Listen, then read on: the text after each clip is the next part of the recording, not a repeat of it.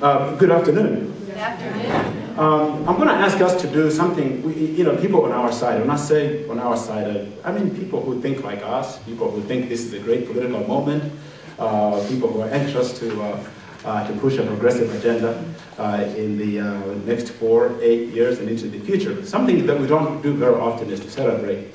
No matter what people think about Barack Obama, what your fears are or concerns, it is nevertheless significant. This is a watershed moment in American politics, that an African-American man gets elected president, someone who has liberal to progressive tendencies, and somebody that I think many of us think we can work with. Certainly we need to push him. But I think that people like that don't just come out of nowhere. Barack Obama's history is, is that of someone who grew up in a very supercharged political environment, progressive organizing that takes place here in Illinois.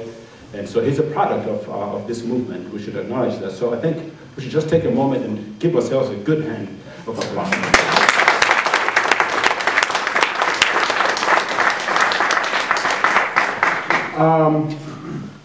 One of the things that is going to be very important, I think, for all of us to do is to continue to talk and to continue to push to ensure that the new administration in Washington hears our voice, invested monies into his election, and we're going to be expecting his administration to deliver on their behalf.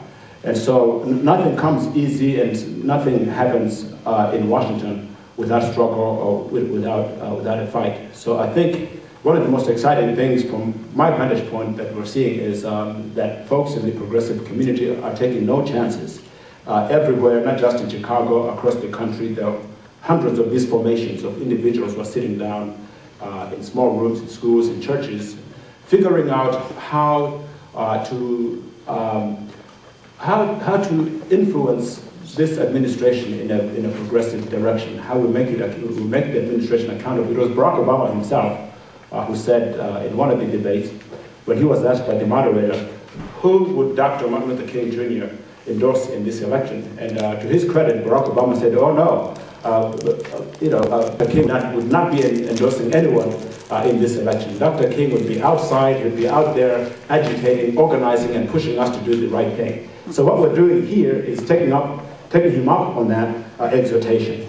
So we come to this in the spirit of movement building, in the spirit of active and responsible citizenship, to make sure that our agenda is heard and helps to transform this country. To do that, we've got a great panel today of individuals. I think you're all probably familiar with most, if not all of them. To the far right, we have Dr. Quentin Young, who is just an amazing guy. I've known Dr. Young for quite some time. I picked him up today, and it's always a joy spending time with him. But Dr. Young is the president of Physicians for National Health Plan. It's a 15,000-member organization that has been, for many years, championing the cause of single-payer health care in the country, organizing doctors. He's told me recently that 60% of physicians now, as a result of the organizing of PNHP, 60% of doctors now support single-payer. You wouldn't know that from the echo chamber that comes out of the insurance industry. They're doing truly wonderful work. He formed the Health and Medicine Policy Research Group in Chicago, and was actually inducted into the Master of the American College of Physicians in 1980. And so Dr. Young continues to work in his old age, if he doesn't mind me saying that. Somebody who, there are a lot of doctors who retire to Miami and they play golf through the sunset of their lives. Not Dr. Young. He's out there continuing to push and fight for the good cause. Next to Dr. Young is Bamshad Mobashar, who is a professor at DePaul University, teaches computer. Does a lot of speaking on Iran and U.S. foreign policy in the Middle East. And he's going to speak a little bit about the importance of a progressive U.S. posture in the Middle East as sort of what must be the cornerstone of the Barack Obama presidency, and how important it's going to be in terms of the global economic picture. Next is Bill Barkley, who is an economist. I think Bill is retired now. Actually, Bill, you look awfully young to be retired. But Bill has expertise in financial product creation and business strategic planning. But he's also just very, very active in many ways, a co-convener of the Illinois Coalition for Peace and Justice. He's also part of a group of academics and activists here in Chicago called the